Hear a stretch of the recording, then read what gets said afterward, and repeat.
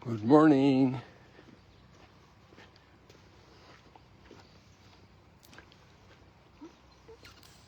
Mount Arbel, and just to the left, Tiberius, perched there on that height.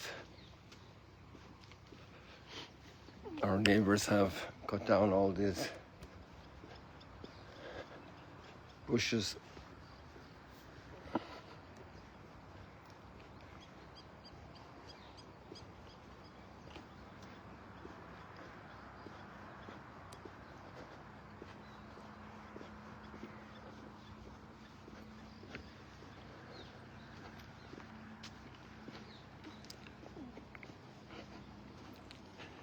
There was a moment of very red sun this morning, which I wasn't ready to catch.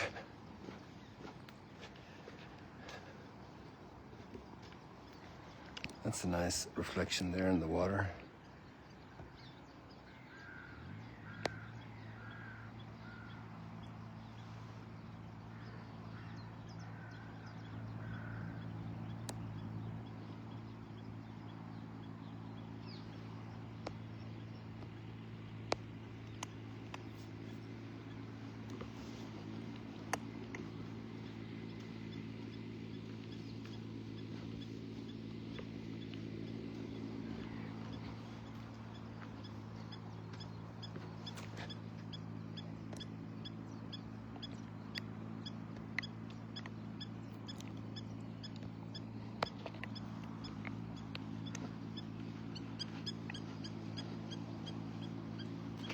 So today is the first Sunday of Lent,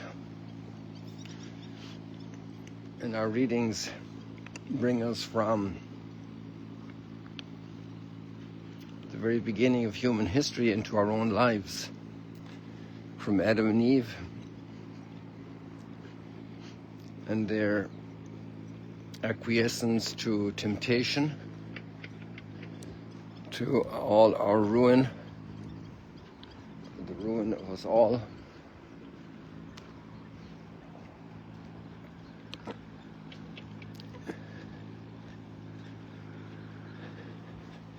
But also the victory, because even though that text is not read in the Genesis text we have of the fall, we have that's interesting, there's a stream flowing here, look at this.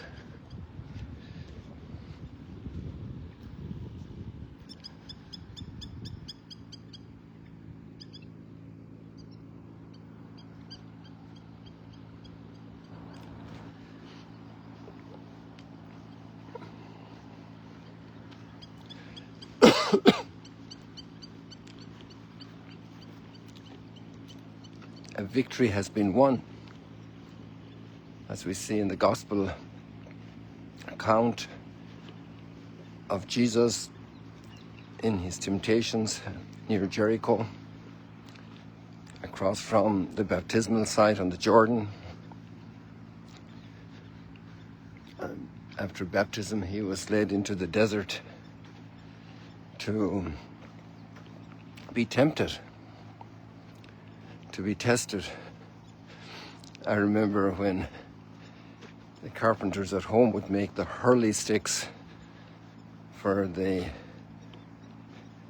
hurling games from ash, and they would bend them to test them. If they would stand, they would lean on them and bend them. And you'd wonder, wow, maybe they could break them, you know. And that's one of the great things about our understanding of our moral life, is that we are never tempted beyond our strength.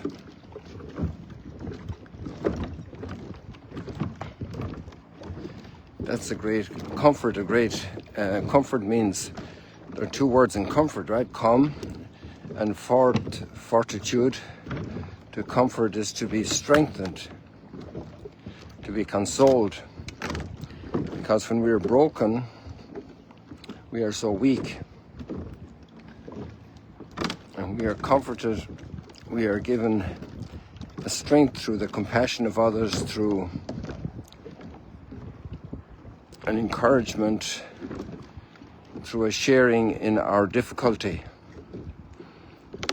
And really this is what happens when the eternal Word of God becomes flesh and shares in our difficulty. So we are not alone in our suffering, in our grievance, in our weakness. We don't have to fight it alone. The victory is really won for us, and the resources are available for us to participate in that victory.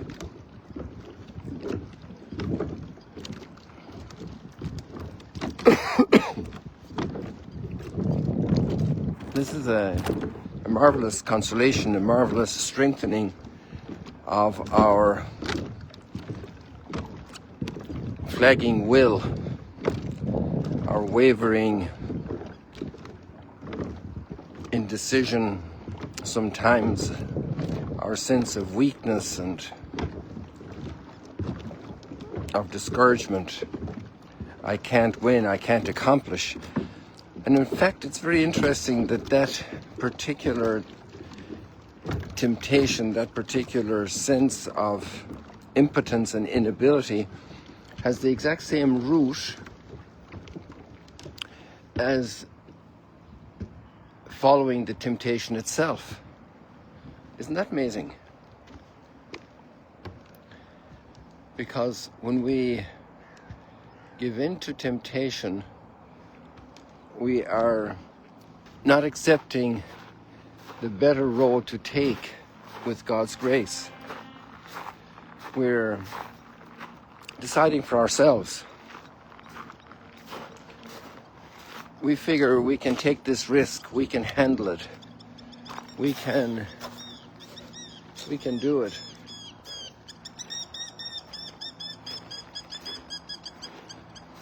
We're able to best the situation. And that's pride.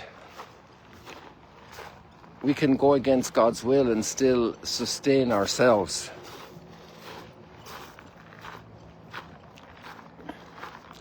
We can take revenge into our own hands. We can make our own happiness, our own contentment, our own success. We can fly by ourselves.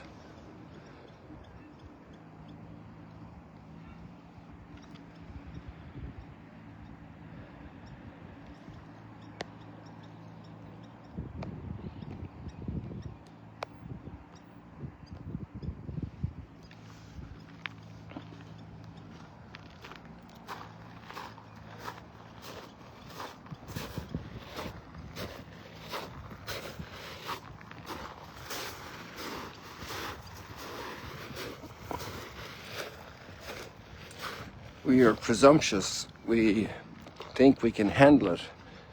And even all the more so when we are not praying. When we are living an independent lifestyle without a sense of dependence on God. It's so easy for us to think that we can handle stuff. It's going well for us. Or the other side is, oh, the situations are so negative for me. I'd never be able to do the right thing, the good thing. But that's thinking that I can do it by myself. That's also pride. Because God is here with me. And He is here giving me the strength that I need. He is never going to abandon me.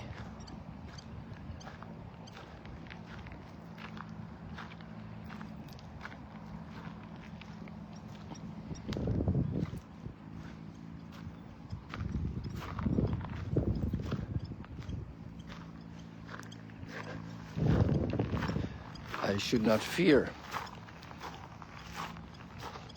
And it doesn't matter if it's temptations of vanity or of pride or of pleasure seeking. At the end of the day, that's all it's They're all the same. Some can have more consequence, but in the nature of the temptation and being tempted and turning our backs on God, they're the same. So the good news today is that victory has been won. There's a way to turn back Satan. There's a way to turn back temptation. And not just a way, but the strength, the resources. And then we need to become clever on how to go about that. And it's interesting that even applying the tools to be strong, the devil isn't put off by that alone. Jesus is fasting, which is a great tool to recognize our own humility, our own limitations, our lack of ability by ourselves. So quickly we wither without food,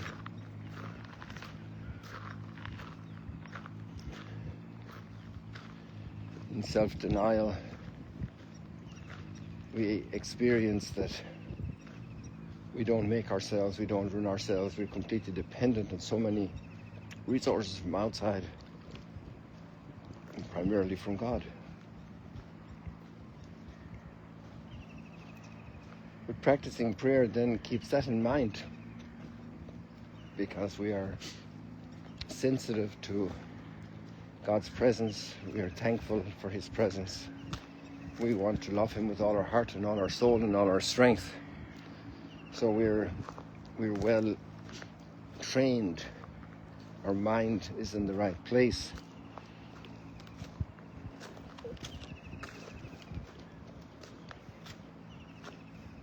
And we're all tempted, everybody. If Jesus was tempted, who's not going to be tempted? So if we have a lot of temptations, we shouldn't be discouraged. If we have very big temptations, we shouldn't be discouraged. If our temptations keep repeating themselves, we shouldn't be discouraged. On the contrary, we are actually growing in strength. Every temptation we resist, every act of humility we practice before God is expressing the truth of ourselves and making us stronger, making that our lifestyle, our pattern of life.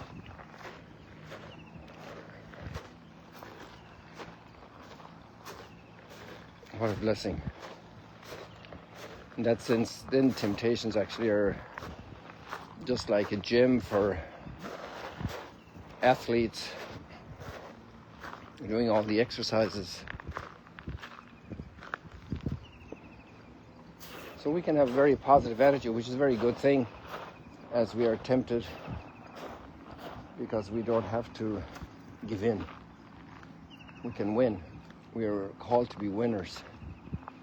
And some of the greatest saints have been tempted immensely and have withstood the temptations, persevered by grace. And this is the prayer we have for all of us, for each of us, for each other today. People, God bless you. See you later, alligators. Ducanaltum is very far away there. Seems to be. God bless you.